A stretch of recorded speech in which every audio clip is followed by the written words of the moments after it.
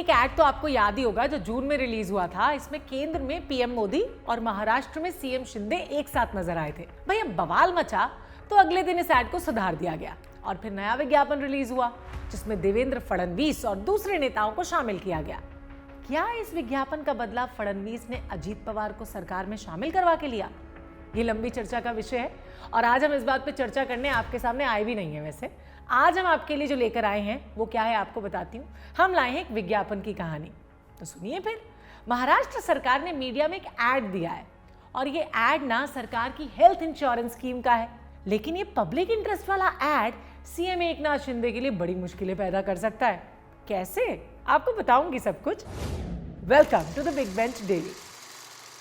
तो जिस विज्ञापन के बारे में आज मैं आपको बताने वाली हूं वो है ये। तो इस ऐड में ज्योतिराव फुले आरोग्य योजना और आयुष्मान भारत योजना के नाम के साथ ज्योतिराव फुले और नरेंद्र मोदी की फोटो है, लेकिन बाला साहेब की फोटो मिसिंग है। इस ऐड में रोड एक्सीडेंट स्कीम का जिक्र भी किया गया है, लेकिन इस स्कीम से बाला साहेब ठाकरे का नाम भी मिसिंग है। 2020 में ना महाराष्ट्र की एमडीए सरकार ने स्वर्गीय बाला साहेब ठाकरे के नाम पर एक रोड एक्सीडेंट स्कीम की घोषणा की थी। ठीक है, इस स्कीम में एक्सीडेंट विक्टिम्स को 74 तरह के ट्रीटमेंट्स और 30,000 रुपए तक का कॉम्पेंसेशन देने की घोषणा की गई। ऑलराइट, अब घोषणा तो कर दी गई देखिए, लेकिन 3 साल तक एमबीए इस स्कीम को इंप्लीमेंट नहीं कर सकी। एब्सोल्युटली। फिर 2022 में सरकार बदल गई। शिंदे फडणवीस सरकार ने घोषणा की कि बाला साहेब एक्सीडेंट इंश्योरेंस स्कीम का लाभ जनता को जरूर मिलेगा और इसे अच्छे से इंप्लीमेंट भी किया जाएगा, लेकिन ऐसा कुछ नहीं हुआ।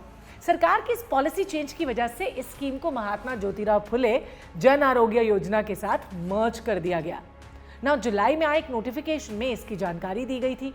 बाला साहेब ठाकरे एक्सीडेंट इंश्योरेंस स्कीम को ज्योतिराव फुले हेल्थ स्कीम के साथ मर्ज करने के बाद ना इसमें ट्रीटमेंट और मुआवजे का दायरा बढ़ा दिया गया। इसमें कुल 184 तरह के ट्रीटमेंट्स और 1 लाख रुपए तक का मुआवजा दिया जाएगा, ये कहा गया। इस अपडेटेड हेल्थ स्कीम की जानकारी के लिए महाराष्ट्र सरकार ने विज्ञापन जारी किया।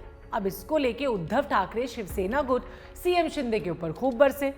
अरविंद सावंत ने इसे लेकर हेल्थ मिनिस्ट्री से पूछताछ भी की, जिसमें कहा गया कि एक छोटे से एडवर्टाइजमेंट में ना सारे नामों को जोड़ना पॉसिबल नहीं है, इसलिए बाला साहेब के नाम से एक अलग एडवर्टाइजमेंट निकाला जाएगा। ओके, लेकिन अरविंद सावंत इस जवाब से सेटिस्फाई नहीं हुए। उन्होंने सीएम शिंदे पर गंभीर आरोप लगाते हुए कहा कि बाला साहेब ठाकरे के लिए उनका प्यार सिर्फ एक दिखावा है। तो क्या बाला साहेब ठाकरे की आइडियोलॉजी के नाम पे शिवसेना को तोड़ने वाले सीएम शिंदे की भक्ति कम हो गई? क्या सीएम शिंदे सचमुच बाला साहेब ठाकरे को भूल गए या फिर उन्हें भूलने पे मजबूर किया जा रहा है? कहीं अजीत पवार इफेक्ट तो नहीं है? एक्सीडेंट इंश्योरेंस स्कीम से बाला साहेब का नाम और फोटो हटवाने में अजीत पवार गुट का हाथ हो सकता है, ऐसा हम नहीं कह रहे, सोर्सेस कह रहे हैं। वैसे भी जब से अजीत पवार गुट महाराष्ट्र सरकार का हिस्सा बने हैं तब से महाराष्ट्र की राजनीति का जो मौसम है ना वो रोज बदल रहा है। इस बदलते हुए मौसम में ना कभी अजीत पवार सीएम शिंदे के वॉर रूम में सेंध मारते हैं तो कभी कांग्रेस नेता सीएम शिंदे के मुख्यमंत्री पद से हटने की भविष्यवाणी करते हैं। पुणे में चांदनी चौक ब्रिज के उद्घाटन के वक्त सीएम शिंदे की एब्सेंस को लेकर कई सारी बातें हुई थी। कहने वाले तो ये भी कह रहे हैं कि अजीत पवार को सरकार में शामिल करने के पीछे बीजेपी की सोची समझी रणनीति है। बीजेपी सीएम शिंदे का कद छोटा करना चाहती है। इससे पहले सीएम शिंदे महाराष्ट्र में अपनी पकड़ को बार बार अलग अलग तरीके से असर्ट करते आए हैं। कुछ महीने पहले ना एक ऐड रिलीज हुआ था जिसमें सीएम शिंदे को फडणवीस से ज्यादा पॉपुलर लीडर बताया गया था। हंगामा होने के बाद इस ऐड को बदल के इसमें फडणवीस की फोटो को भी लगा दिया गया। आपको तो मालूम ही है, नहीं पता? खुद सीएम शिंदे भी अपने बड़े कद का डंका पीटते रहते हैं। रिसेंटली सीएम शिंदे ने एक इवेंट के लिए एक वीडियो मैसेज जारी किया। ये इवेंट ठाणे में हो रहा था, जहां chess grand master Viswanathan Anand special guest के तौर पे मौजूद थे। सीएम शिंदे ने कहा कि राजनीति भी शतरंज के खेल की तरह है, जहां एक साथ कई लड़ाइयां लड़नी पड़ी हैं। उन्होंने आगे ये भी कहा कि कई लोग ना पिछले 1 साल से उनको मात देने की कोशिश कर रहे हैं, लेकिन उनके विरोधी जीत ही नहीं सके क्योंकि उन्हें जनता का सपोर्ट है। अब द बिग बेंच पे बैठ के सोचने वाली बात यह है कि सीएम शिंदे जिन दुश्मनों की बात कर रहे थे, क्या वो दुश्मन सिर्फ विरोधी खेमे में है या फिर उनके किले के अंदर घुस के बैठे हैं?